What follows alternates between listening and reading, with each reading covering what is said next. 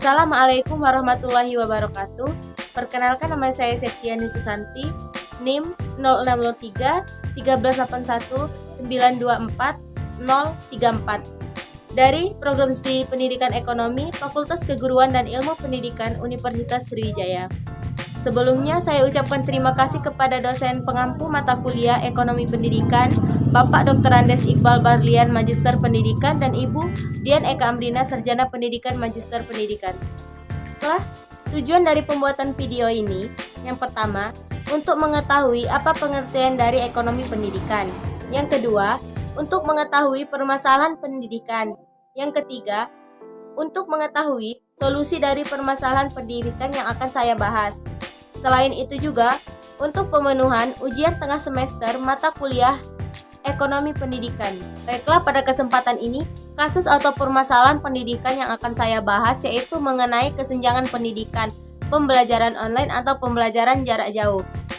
Pendidikan adalah usaha sadar dan terencana yang dilakukan oleh manusia dalam upaya untuk membentuk manusia yang berkualitas sehingga mampu memajukan dan mengembangkan suatu negara. Peran ekonomi dalam pendidikan cukup menuntun seseorang untuk mencapai suatu pendidikan, tetapi bukan merupakan hal yang penting. Sebelum kita beranjak lebih jauh lagi untuk membahas kasus atau permasalahan pendidikan, yaitu mengenai pembelajaran online atau pembelajaran jarak jauh, silakan menonton video yang akan saya sisipkan ini. Selamat menyaksikan.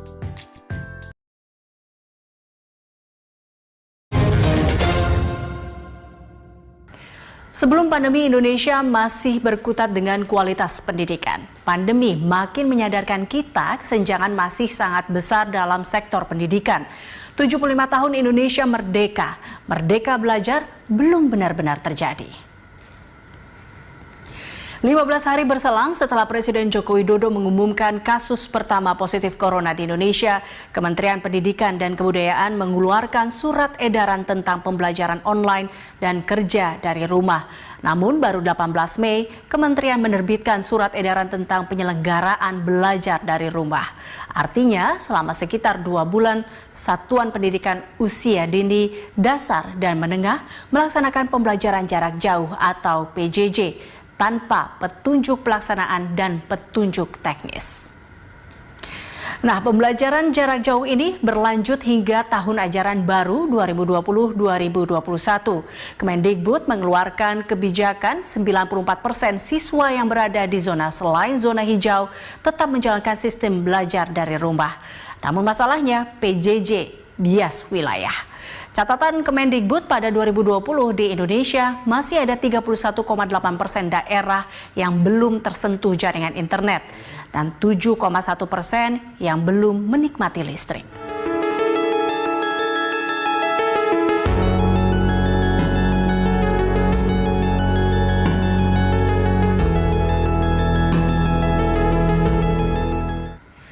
Daerah yang belum terkoneksi dengan internet, 16,6%-nya ada di daerah 3T, terdepan, terluar, dan tertinggal. Sedangkan dari 7,1% daerah belum teraliri listrik, 5,9% berada di daerah 3T. Ini membuat anak-anak di daerah terdepan, terluar, dan tertinggal berpotensi kehilangan hak belajarnya. Apalagi ada kendala lain, keterbatasan akses sarana penunjang pembelajaran seperti buku cetak, buku cerita, juga transmisi radio. Sementara itu, separuh lebih daerah 3T yang sudah memiliki jaringan internet kurang bisa menggunakan internet dengan baik. Mulai dari persoalan kekuatan sinyal yang lemah, ditambah kurangnya kemampuan sumber daya manusia dalam mengakses teknologi.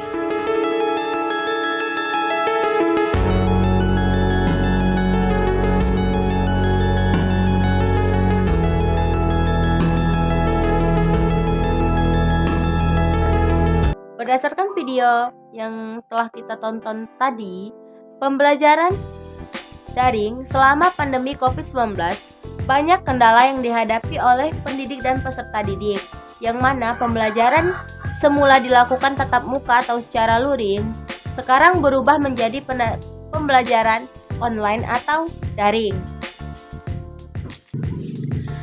Pembelajaran online atau pembelajaran jarak jauh ini banyak peserta didik dan pendidik terkendala dalam pembelajaran atau dalam mengikuti pembelajaran, seperti lokasi rumah yang tidak terjangkau internet, pembelajaran yang monoton, tugas siswa yang menuntun atau menumpuk, dan sebagainya. Mengenai kasus atau permasalahan pendidikan, yaitu pembelajaran online atau pembelajaran jarak jauh, solusinya yaitu yang pertama, berkomunikasi dengan wali murid, yang kedua, menciptakan pembelajaran yang aktif untuk siswa, yang ketiga, ciptakan pembelajaran yang interaktif dan variatif, yang keempat, materi yang terlebih dahulu sebelumnya sudah dibaca oleh siswa atau materi yang akan dipelajari terlebih dahulu dibaca oleh siswa. Yang kelima, lokasi yang sulit terjangkau internet untuk sementara pindah ke lokasi yang mudah untuk menjangkau internet.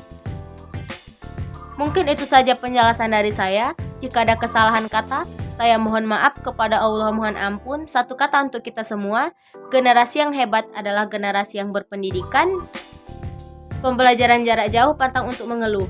Semangat! Wassalamualaikum warahmatullahi wabarakatuh.